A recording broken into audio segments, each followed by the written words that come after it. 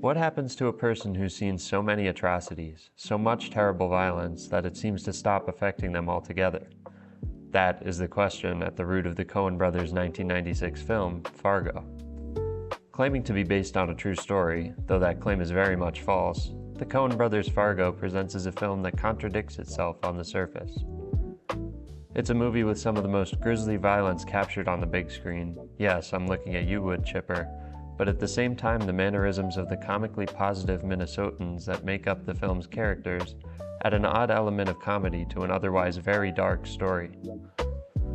The effect that the darkly serious and morally depraved actions of the story have, when combined with the jovial, overly polite "oh Jesus" of the main characters, is that of an odd blend of unserious reaction to over-the-top violence. On first watch, something about the movie just doesn't seem to jive. The way that the characters, specifically Frances McDormand's Marge Gunderson and William H. Macy's Jerry Lundegaard, react to the world just doesn't quite seem to match up with the grounded, evil world that they're constantly confronted with. At a glance, Fargo seems to be a story that doesn't know which direction to go, satirical or tragic. I'm here to tell you, it's exactly that contradiction that makes this movie a masterpiece.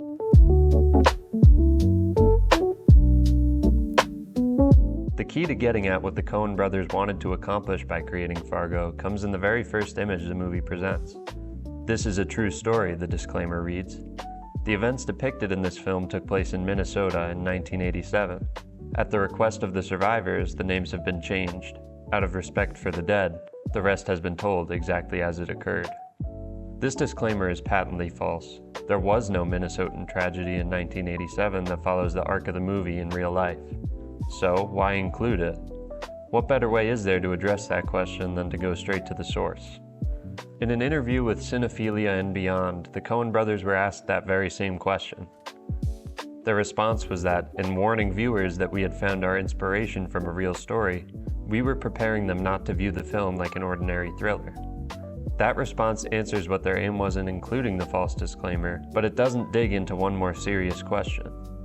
If the brothers didn't want the film to be viewed like an ordinary thriller, what did they want it to be viewed as? The answer to that question lies in the very contradiction referenced at the start of this video. The disconnect between morbid violence and comically light responses to that violence. When viewed as a typical thriller, a viewer might be able to reconcile that contradiction to themselves by saying it's a comedic choice, just meant to give moments of refreshing lightness to an otherwise very heavy story. The very contradiction that the Coen brothers were aiming to examine with Fargo would be written away as nothing more than simple comic relief. By presenting itself as a representation of a true story, the moments of extreme violence in the story become even more viscerally affecting towards the viewer. No more is the gristle and moral depravity just part of movie magic. It becomes something that really happened to someone, something that occurred in the real world where you and I live our daily lives. Because things become more real for the viewer when they're rooted in reality, the true evil of Fargo's violence becomes even more inescapable.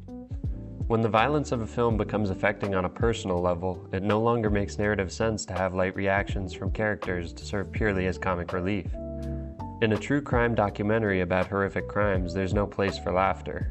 It's only by establishing that foundation that the contradiction between dark action and light reaction can be taken not as comic relief, but as heady exploration of the human condition.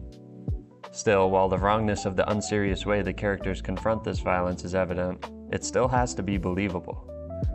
This brings us exactly to the point of why Fargo is set deep in the winter of Minnesota. No, it's not just to allow for a snowy environment that makes for beautiful cinematography. That's an added benefit, but not the main reason.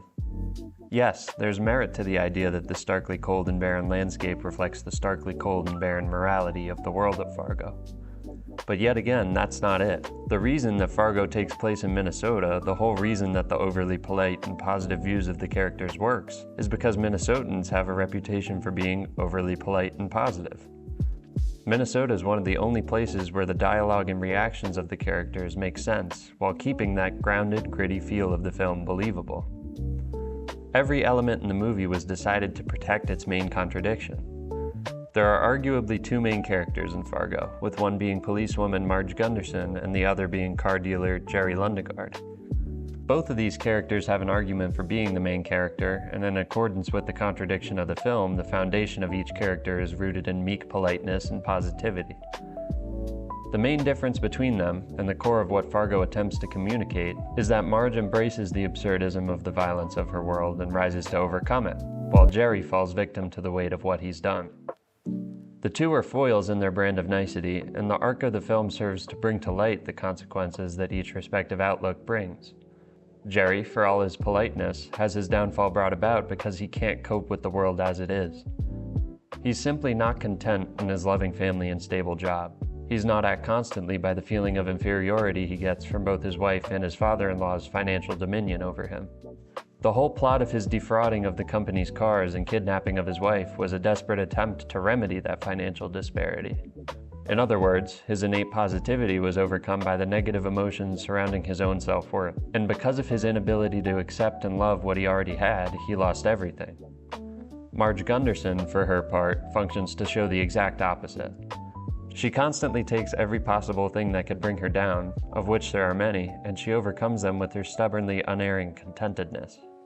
At the climax of the film, she finds Peter Stormare's character, Geir Grimsrud, committing by far the most graphic act of violence in the movie, stuffing his own murdered partner in a wood chipper. She proceeds to lecture him in the back of her cruiser after capturing him, and in that speech her philosophy is revealed. There's more to life than a little money, you know.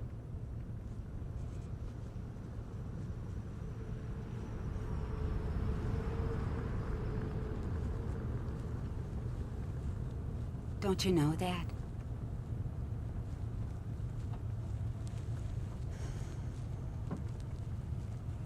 And here you are. And it's a beautiful day.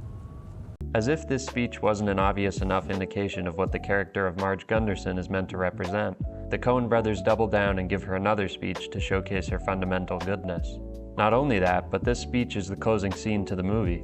Because of that intentional placement, we can interpret that the philosophy of life that Marge is expressing in the final minutes of the movie is exactly what the film is all about. It's terrific. I'm so proud of you, Norm. Heck, Norm, you know, we're doing pretty good. I love you, Margie. I love you, Norm. To close out Fargo, Marge Gunderson has seen the deepest depths of depravity that humanity can stoop to. She's witnessed horrific acts of violence, grotesque murders, and yet still, the thing that she can't help but wonder at in that exact moment is how wonderful it is that her husband's painting will end up on the 3-cent stamp. She's been a witness to more traumatic violence than most people see in their entire lives, but her takeaway at the end of the day is simple. We're doing good, aren't we? Because at the end of the day, despite the violence that Fargo contains, despite the morally bereft actions of so many of its characters, the concept that the movie aims to get at is simple. Your life is as good as you believe it to be. For many, that's the worst truth imaginable. But for the select few that are able to see that same truth for as good as it can be, for the Marge Gundersons of the world, it's the greatest gift conceivable.